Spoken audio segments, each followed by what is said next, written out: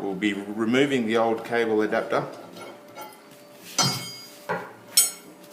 saving the spring washer to be put onto the new part above the nut.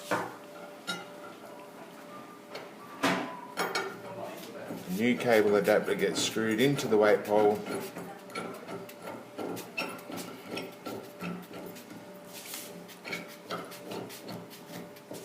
as far as it can go, and then just lock the nut down onto the weight pole.